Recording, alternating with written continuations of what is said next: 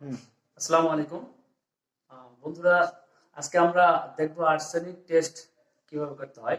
এটা আপনার পরীক্ষাগারে কোনো আর্সেনিক টেস্ট না, এটা হলো ব্যক্তিগতভাবে সবাই করতে হবে যদি বক্সটা আপনার থাকে। Dual range arsenic test strip আমরা এটা দিয়ে টেস্ট করবো। আপনার এখানে দুটা কেমিক্যাল রয়েছে, একটা পার্ট 1 বলি, একটা পার্ট 2 বলি। বা আমরা এই দুটার থেকে আমরা দুটা নিব। আপনার দুটো ম্যাটেরিয়ালস আছে, পার্ট 1 আর পার্ট 2 বলি। একটা হলো আপনার জিঙ্ক আর একটা সালফেট। তো আমরা যে বোরিং এর আর্সেনিক টেস্ট করবো, যে নলকূপের আর্সেনিক টেস্ট করবো, তার পানি সংগ্রহ করে নিয়েছি। এটা হলো আমরা আমনের মাঠের আমাদের একটা পাম্পের সোলার ইরিগেশন পাম্পের আমনের মাঠে পানি নিয়ে আসছি। পানিটা এখানে কতটুকু দিতে হবে সেটা মার্জিন করে দেওয়া আছে। এই যে ফিল টু দা লাইন, এইটুকু পর্যন্ত আমরা নিয়ে নিচ্ছি। হ্যাঁ, এখন আপনার এই ম্যাটেরিয়াল দুটা আমরা কেটে এখানে দিয়ে দেবো। তারপর আমরা এই দুটা কেমিক্যাল দেওয়ার পরে আমরা এই আর্সেনিক টেস্ট যে স্ট্রিপটা আমরা এখানে লাগাই দিব।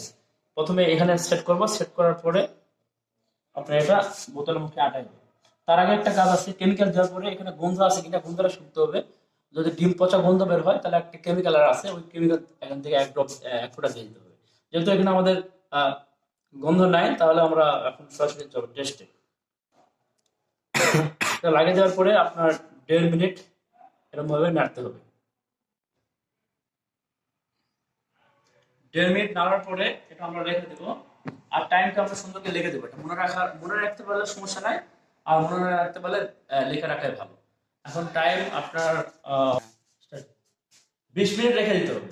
তারপরে আপনার যখন আমরা ইয়েটা খুলবো, এরকম আপনার এখানে এখানে আসেন একটু, আপনার এরকম ইয়ে পাওয়া যাবে।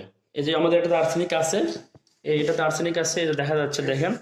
আর্সেনিকের আর্সেনিকের এই যে 25 থেকে 50 পর্যন্ত আর্সেনিক আছে। আর সহনীয় মাত্রাটা হলো 25 থেকে 50।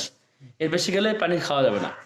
আর আর হলো আপনার 0 থেকে 10, 10 থেকে 25 এই পর্যন্ত পানি খাইতে পারবেন।